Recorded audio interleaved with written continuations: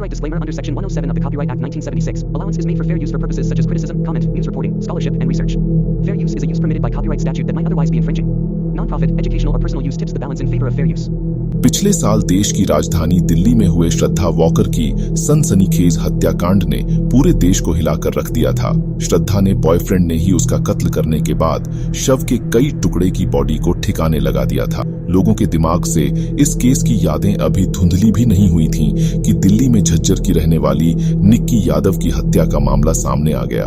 दिल्ली के निक्की हत्याकांड ने पूरे देश को दहलाकर रख दिया। दिल्ली के उत्तम नगर में निक्की अपनी छोटी बहन के साथ एक फ्लैट में रहती थी। 9 फरवरी को रात करीब 1 बजे साहिल निक्की के फ्लैट में पहुंचा था। दिल्ली पुलिस के मुताबिक साहिल सुबह 6 बजे तक निक्की के साथ उसके फ्लैट में मौजूद था, लेकिन निक्की को कहां जानकारी थी कि साहिल 9 फरवरी की दोपहर को धूमधाम से सगाई करने के बाद उसके पास आया है। इसी बीच दोनों कहीं बाहर घूमने का प्रोग्राम बनाते हैं। निक्की 2 बैग में सामान रखती है और सुबह करीब 6 बजे दोनों सबसे पहले निजामुद्दीन रेलवे स्टेशन पहुंचते हैं। निजामुद्दीन रेलवे स्टेशन से दोनों गोवा की ट्रेन पकड़ना चाहते थे, लेकिन टिकट कंफर्म नहीं थी, इसलिए निजामुद्दीन रेलवे स्टेशन से दोनों गाड़ी लेकर आनंद विहार रेलवे स्टेशन पहुंचते हैं। गाड़ी में सामान रखा हुआ था, लेकिन ट्रेन नहीं मिल रही थी।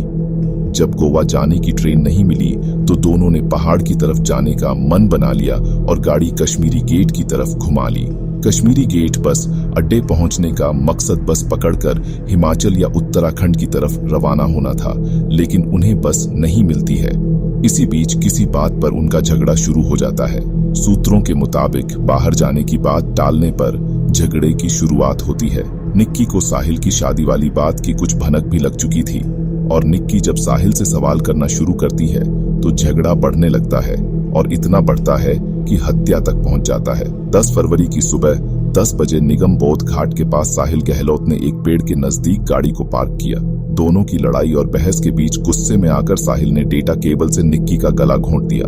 इतना ही नहीं, उसने निक्की की लाश को फ्रंट सीट पर बिठाया और सीट बेल्ट लगाकर कश्मीरी गेट इलाके से पश्चिम विहार होते हुए करीब 50 किलोमीटर दूर नजफगढ़ के मित्रा गांव तक ले गया।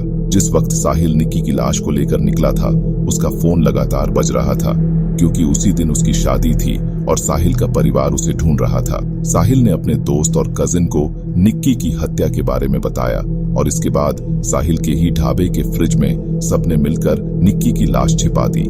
इसके बाद साहिल अपनी कार छोड़कर दूसरी कार में सवार होकर अपने घर निकल गया। वहां जाकर उसने धूमधाम से बारात निकाली और दूसरी शादी रचा ली। हैरान करने वाली बात यह है कि 2020 में ही निक्की और साहिल शादी कर चुके थे, लेकिन निक्की के परिवार को इस बात की कोई भनक ही नहीं थी। न ही उन्हें साहिल के साथ निक्की का किसी भी तरह का रिश्ता होने का आइडिया था। हालांकि इस हत्याकांड पर पुलिस ने तुरंत एक्शन लिया और वारदात में शामिल सभी आरोपियों को गिरफ्तार भी कर लिया। पुलिस के मुताबिक हत्याकांड में सिर्फ साहिल आरोपी नहीं है, बल्कि साहिल के पिता समेत 5 लोगों को भी आरोपी बनाया गया है। अगर आपको यह छोटा सा प्रयास पसंद आया तो कृपया हमारे चैनल को सब्सक्राइब करें और बेल आइकन दबाएं।